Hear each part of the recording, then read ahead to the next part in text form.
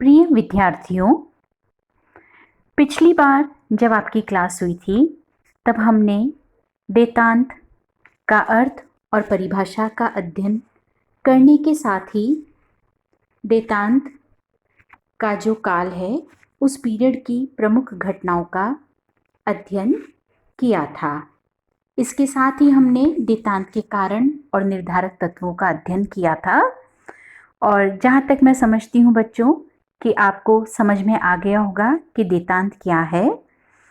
तो पुनः एक बार मैं आपको कंटिन्यूशन में उसी की कंटिन्यूशन में बात करते हुए बच्चों बताना चाहूँगी कि अंतर्राष्ट्रीय राजनीति में 1962 के क्यूबा संकट के बाद एक नया मोड़ आया और संयुक्त राज्य अमेरिका और सोवियत संघ के संबंधों में परिवर्तन आया, क्योंकि हमने शीत युद्ध के दौरान देखा कि दोनों ही महाशक्तियां एक दूसरे के विरुद्ध बहुत ही उग्र थी, कटु थी, वैमनस्यपूर्ण उनका व्यवहार था, आपस में प्रतिद्वंदिता थी, प्रतिस्पर्धा थी। लेकिन देतांत उस काल का नाम है, या हम उसको कहें कि उस पीरियड को हम मानते हैं जब दोनों ही सुपर पावर्स के जो आपसी संबंध थे उनमें तनाव कम हुआ, वैमनस्य कम हुआ, जो आपस की प्रतिस्पर्धा थी और जो अविश्वास था दोनों ही महाशक्तियों में वो कम होने लगा और दोनों ही महाशक्तियां शांतिपूर्ण सह अस्तित्व, परस्पर विश्वास, सामंजस्य और मित्रता के प्रति अपना आग्रह दिखाने लगी। तो एक तरह से जो नकारात्मक माहौल था वह मैत्रीपूर्ण सहयोग या यूं कहें कि एक समझौतावादी दृष्टिकोण की ओर अग्रसर होने लगा। 1962 के बाद जो अमेरिका और सोवियत संघ के जो नेता थे उनके भी विचारों में, दृष्टिकोण में परिवर्तन आया और क्रुश्चेव, जॉन कैनेडी जैसे नेताओं ने प्रयास किए इस ओर कि उन्हें लगने लग गया था कि हम जो है अपने राष्ट्रीय हितों की पूर्ति तभी कर सकेंगे जब हम इस आपसी कलह, इस अविश्वास, इस डर, इस आतंक के माहौल से बाहर निकलेंगे।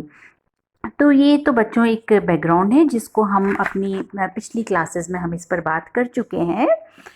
और देतांत का अगर बिल्कुल शॉर्ट में आपसे अगर प्रश्न पूछा जाए तो आप ये बच्चों ध्यान रखना कि देतांत फ्रेंच भाषा का शब्द है और उसका शाब्दिक अर्थ है तनाव में शिथिलता। और यह तो आप समझ ही गए होंगे कि किसके तनाव में शिथिल था, दोनों महाशक्तियों के जो आपसी तनाव था उसमें कमी, उसमें शिथिलता आना। लेकिन इसका अर्थ यह नहीं है कि शीत युद्ध समाप्त हो गया है, या इसका अर्थ यह भी नहीं है कि महाशक्तियां अब अपना आधिपत्य नहीं बनाए रखना चाहती है। बस देतांत का सिंपल सा हम उसको जानते हैं कि अमेरिका और सोवियत संघ ने आपस का जो तनाव है उसको कम किया है। लेकिन जो उनका विचाराधारा का जो आपसी अंतर है, मतभेद है, पूंजीवाद और साम्यवादी संबंधी जो उनके मतभेद है वो उनके बने रहे। तो हमने बच्चों पढ़ा था पिछली क्लास में कि कौन कौन सी घटनाएं हुई और कौन कौन से ऐसे कारण रहे जिससे दोनों महाशक्तियां एक दूसरे के प्रति संबंधों में रुचि दिखाने लगी। और उसी क्रम में हमने पढ़ा था कि सॉल्ट समझौते हुए और निशस्त्रीकरण का भी विकास इस पीरियड में किया गया। और जो यहाँ के जो नेता थे उन्होंने एक दूसरे के स्थानों की यात्रा भी करी, कई समझौते हुए और मॉस्को बोन समझौता, बर्लिन समझौता, हमने इन समझौतों का अध्ययन किया था। तो कई ऐसी घटनाएं हुई थी जो आपसी सहयोग को इन महाशक्तियों के मध्य बढ़ावा दे रही थी। लेकिन यह जो देतांत है यह कोई स्थायी दौर नहीं था।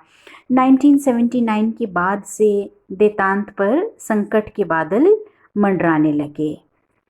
जो देतांत की भावना है वह खतरे में पड़ती हुई दिखाई देने लगी और पुनः ऐसा लगने लगा कि शीत युद्ध जैसा माहौल हो रहा है।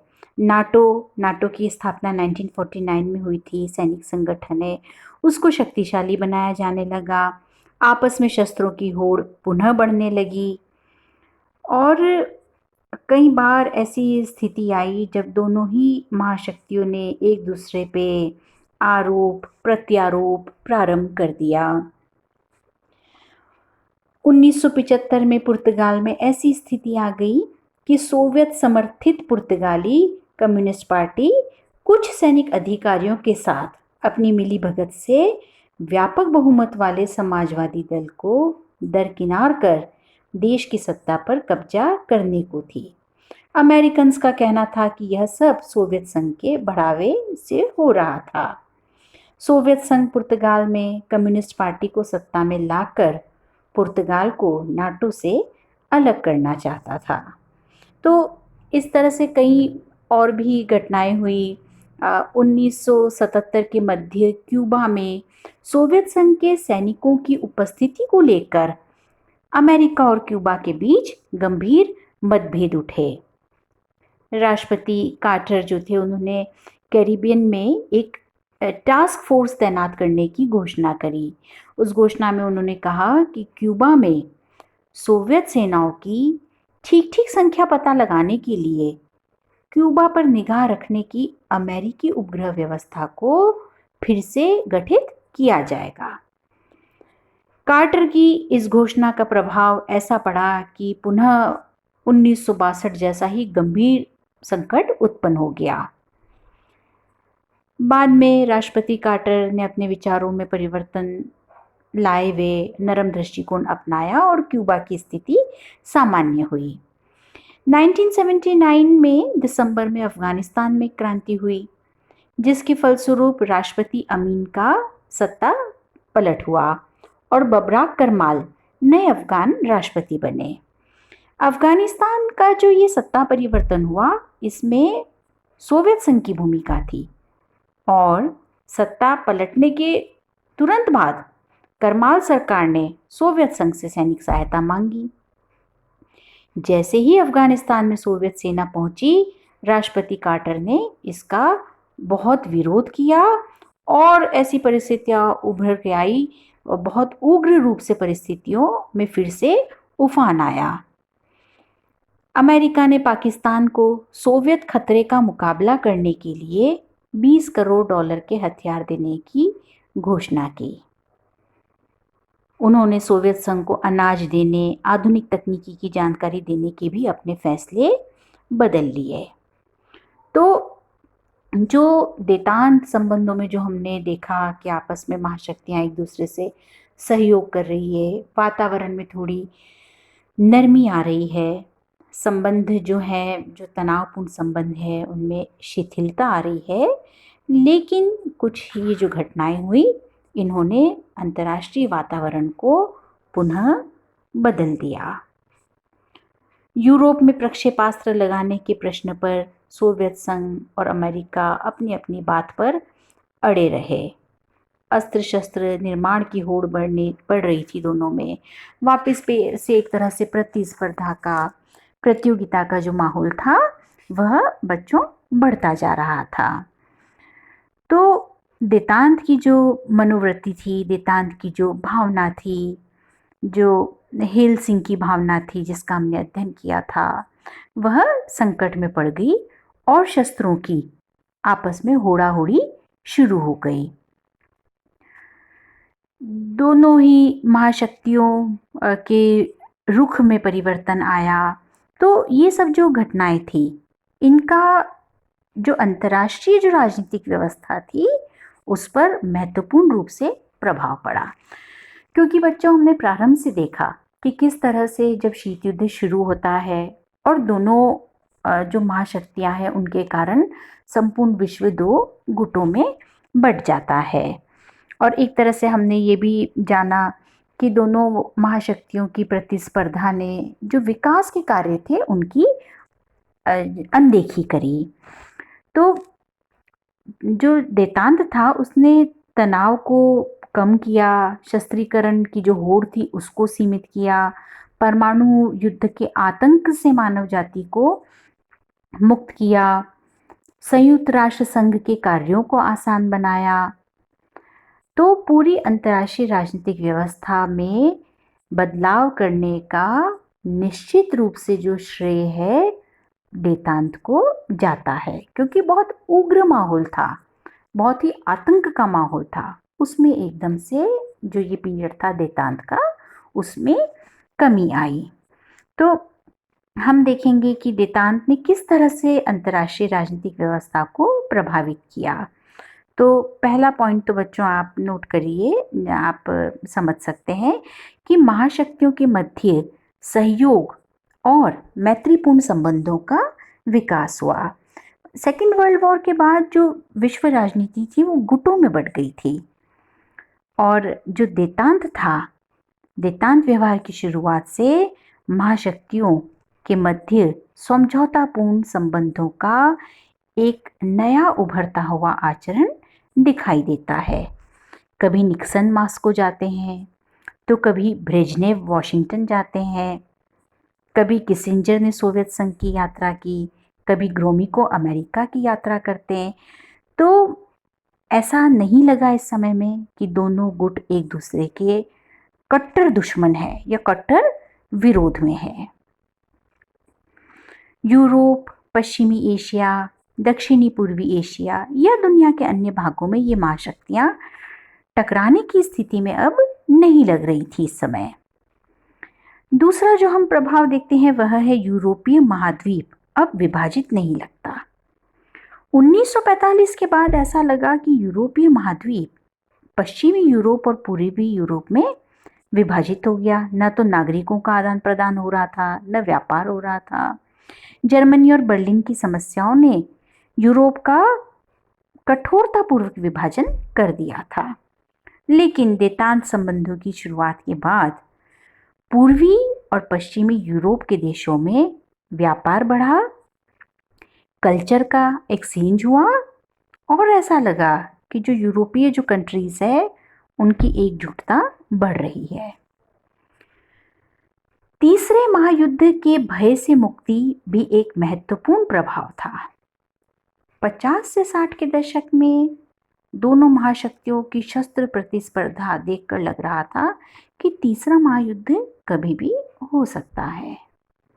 लेकिन देतांत व्यवहार ने इस खतरे को लगभग समाप्त कर दिया था। परमाणु शस्त्रों के नियंत्रण के लिए भी प्रयत्न इस काल में हुए। परमाणु शस्त्रों की विनाशकारी शक्ति से सोवियत संघ और अमेरिका दोनों ही चिंतित दिखाई दिए, और यही कारण था कि सॉल्ट 1, सॉल्ट 2 जो संधियां हुई वो इसीलिए हुई कि जो शस्त्रों की होड़ है उसमें कमी लाई जाएगी। शीत युद्ध के दौर में गुटबंदी में लिप्त राष्ट्रों की स्वतंत्र निर्णय जो शक्ति थी वह समाप्त हो गई थी। किसी भी अंतर्राष्ट्रीय प्रश्न पर वे अपने गुटी नेता की दृष्टि से सोचते थे। देतांत व्यवहार से जहां एक और पश्चिमी Germany, Japan, France, Philippines, Pakistan जैसे अमेरिकी गुट से संबद्ध देशों के दृष्टिकोण में पर्याप्त लचीलापन और स्वतंत्रता दिखाई देने लगी, वहीं सोवियत गुट से जो राष्ट्र संबंधित थे जैसे वियतनाम, क्यूबा, रोमानिया, वे भी स्वतंत्र दृष्टि से सोचने लगे। देतांत का ही ये परिणाम था कि पुर्तगाल, पाकिस्तान, रोमानिया जैसे देश गुट निरपेक्ष आंदोलन में शामिल हुए। इसी तरह से बच्चों हम देखते हैं कि जो यूएनओ है, संयुक्त राष्ट्र संघ, इसका हम विस्तार से आगे अध्ययन करेंगे। संयुक्त राष्ट्र संघ के मंच पर शालीन व्यवहार दिखाई देने लगा। महाशक्तियां जो पहले संयुक्त राष्ट्र की कार्यवाही में अड़चने लगाती थी, वे अब सहयोग करने लगी। वीटो का भी अब बार बार प्रयोग नहीं हो रहा था, या गुटीय आधार पर भी किसी नए राष्ट्र के प्रवेश को नहीं टाला गया। देतांत का ही परिणाम है कि अफगानिस्तान का जो संकट था, जो ईरान इराक युद्ध को रोकना था, उसमें यूएनओ सफल रहा। गुटनिरपेक्षता जो थी वह शीत युद्ध के वातावरण में उत्पन्न हुई एक अंतर्राष्ट्रीय प्रवृत्ति है। लेकिन देतांत युग में महाशक्तियों के मध्य सहयोग बढ़ने के कारण गुटनिरपेक्षता की प्रासंगिकता पर भी प्रश्न चिन्ह उत्पन्न हुआ।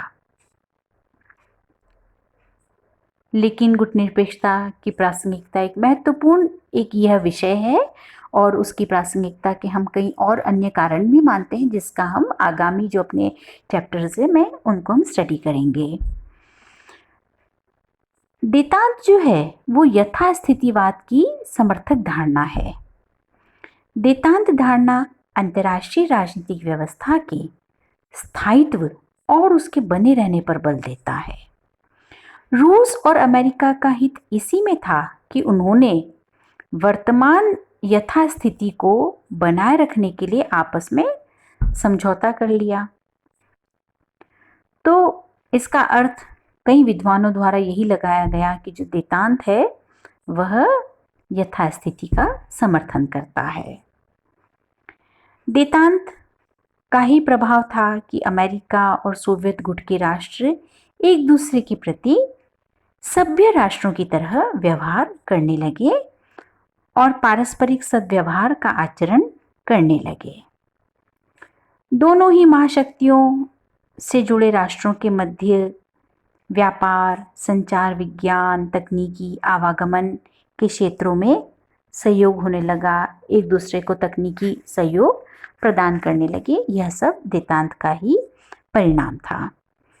तो एक तरह से देतांत संबंधों के विकास से अंतर्राष्ट्रीय राजनीति में शत्रुतापूर्ण युद्ध की स्थितियों का अंत हुआ और एक कंस्ट्रक्टिव माहौल, एक कोऑपरेशन वाले माहौल का जन्म हुआ।